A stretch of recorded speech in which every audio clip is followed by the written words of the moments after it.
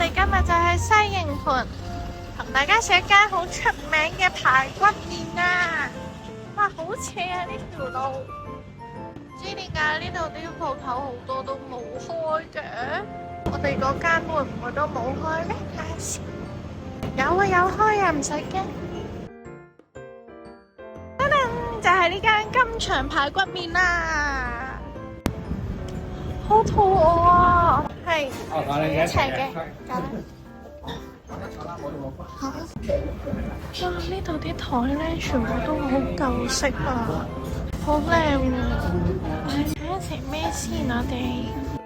咁呢度主要咧就係食雲吞或者排骨麵嘅，有好多個款式可以揀，例如雞球拼雲吞啊、拼牛腩啊、拼排骨啊咁樣，價錢大概就喺50零蚊左右啦，都係一個好平民化嘅價錢啦。有咩推介啊？呢度有啲咩係比較多人食嘅？多人食嘅第一個啦，呢個都係多人食嘅冬菇雞球排骨。如果小食咧，哦係啊，我想要呢一個紫菜腐皮卷啊，紫菜腐皮卷，同埋要多個香煎餃子添。香煎餃子啊？係啦，難得山長水遠嚟到，梗係要試多啲嘢先至滿足噶啦。咁我都叫咗好多。一坐低呢，疑似老闆嘅先生已經攞咗煲菊花茶推介我哋飲，等我試下先。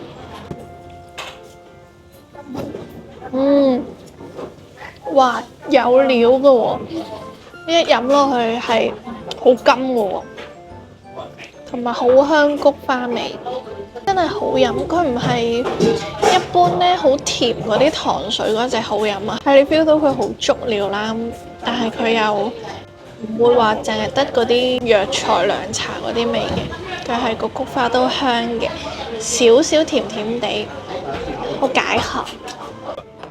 加上嗱，呢啲係醋嚟嘅，中意食菜加醋、黑醋、紅醋、豆瓣醬。豆瓣醬好食嘅我哋。唔該。如果要碟仔出色。好啊，因為 feel 到佢幾親切啊。親熱啦，豬扒，先好食啊！好，即刻食㗎啦而家。嘢食已經嚟齊啦，依家即刻開餐。咁老闆話要趁熱試咗個排骨先喎，咁我哋就試咗佢嘅排骨麵先啦。咁咧第一個叫嘅咧係冬菇雞球排骨麵啦。咁佢啲排骨咧就係淋上咗嘅，咁就唔會淋晒啦。呢個冬菇雞球排骨麵好豐富，賣相好靚，暫時我都好高期望。咁見到咧匙羹咧就已經擺好咗啲葱花啊同埋炸蒜啊，咁我哋咧揼咗落去先，因為我全部都食嘅。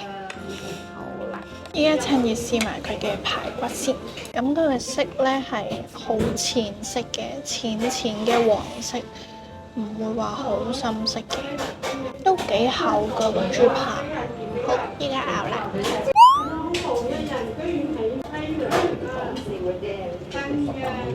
好有肉汁啊！唔知點解佢個炸排骨，佢唔算係好嫩滑嗰啲，但係咧食落去係有肉汁啦，同埋你食得出佢完全唔係鬆肉粉嗰啲豬排，都唔係好 cheap 嗰啲。佢嘅材料咧都比較似係你屋企食飯會煮出嚟嘅味道，即係唔似餐廳製過嗰個味。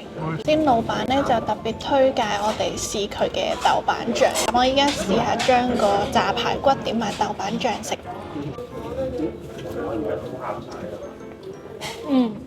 咁食就好惹味咯，好香口咯。啲豆瓣醬真係做得幾好，推介。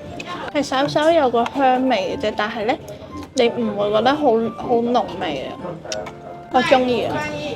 即係其實我想講呢一碗嘢就咁已經係好抵啦，但佢仲要再有呢個炸排骨，試下個湯底先。哇，好香炸蒜味，好濃味嘅。嚟攞起個麵試下先，因為呢個係好典型嘅上海麵嚟嘅，咁就屬於有少少粗身嗰一隻。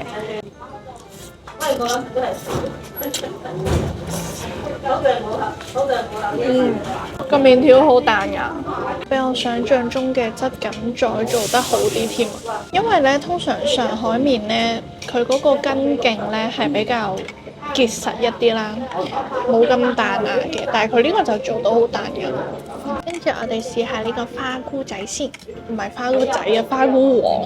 你可以見到佢嘅冬菇咧係好大隻嘅啲花菇，夾皮俾大家睇下，係咁大隻，而且咧你從佢嘅紋同埋佢嘅色咧可以見到佢係好靚嗰啲花菇，屬於有我手掌咁大咯，個掌心咁大咯，所以真係好大隻。好，依家咬啦。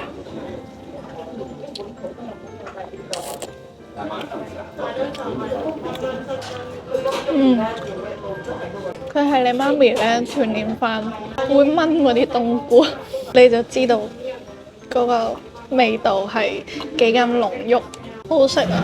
我已經唔想講，要繼續喺度食。咁厚個冬菇，誇張唔誇張？跟住睇下雞球，哇！又係好大嚿嘅雞球啊！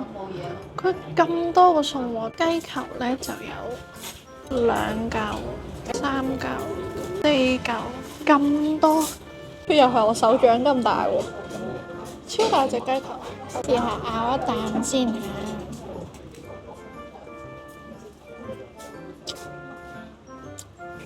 好誇張，原來呢個係雞髀位嚟嘅喎，好夠味啊！但係佢個味咧唔係會口渴嗰啲味精嚟，即係超抵咯。係咁大嚿肉喎！哇，原來佢唔係一嚿普通嘅雞球，佢係個雞髀位嚟㗎，係個腿位嚟㗎。我試多嚿先。呢個係雞扒嚟嘅，好似咁樣嘅雞扒啦。我開始覺得咧搭咁遠嚟食都係值得啊嚇！第一個嘢食係5星嘅。咁我哋依家就試第2碗麵啦。咁呢一個咧就係菜膽雲吞排骨麵。見到佢嘅雲吞咧係好大粒，然後咧你見到佢個皮咧係好似好滑咁樣咧。好清甜嘅菜肉雲吞啊！佢嘅肉咧完全係冇落嗰啲味精去醃啊，亦都唔淡，但係清甜咯，完全係第2個湯底。呢個係一個清嘅菜湯底，清好多真係。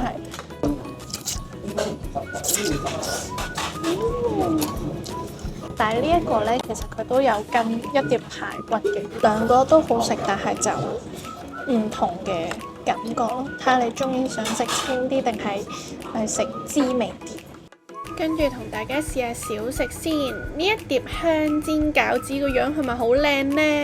咁啱先咧係姨好開心咁話要啦，出爐嘅炸餃子啊咁樣，咁都睇到佢真係啱啱炸起，個皮咧好似好脆啊，好脆啊，好香脆啊！好好食，因為好少食炸嘢咧，但係食到一個好自然嘅味啊！你食落去嘅時候咧，會覺得中間咧肉呢一個部分咧好軟熟，然之後但係個邊皮咧就好脆咯。你一啖咬落去已經有2個口感啦。咁佢嘅餡咧同頭先都係一樣嘅，都係頭先湯餃入邊嘅料嚟嘅，都係菜啊肉啊咁樣啦。而且咧，我觀察到佢哋呢度嘅炸嘢啊，炸出嚟嘅顏色咧都係淺淺地嘅金黃色，唔會話好深色啊。覺得啲油咧好似用咗好耐咁樣，食落去咧嗰個油味啊都唔會話係好重嘅，真係啱啱好少少香嘅啫。咁依家點咗豆瓣醬再食。好樣味，但係咧，我 prefer 就咁清清地食 OK。最後我哋再試埋呢一個紫菜腐皮卷，都係炸㗎嚇。所以點解老闆推介我哋飲菊花茶咧係有原因嘅，即係要飲翻啖先。到我試食嘅時候，其實已經得翻3嚿啦。一夾上手好輕身啊！見到佢入邊好多層㗎，咁最入咧就夾住咗紫菜，跟住之後就不停用腐皮咁樣捲住佢。哦，原來紫菜都有3層，腐皮就好多層。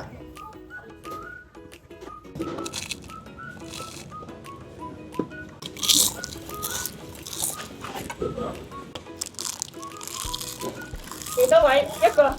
你一咬咧，佢就喺我個口入邊碎晒，嗰個感覺好奇妙啊！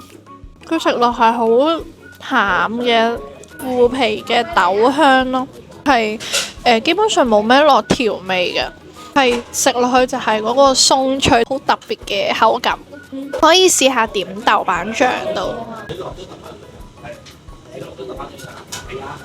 ASMR 又嚟啦！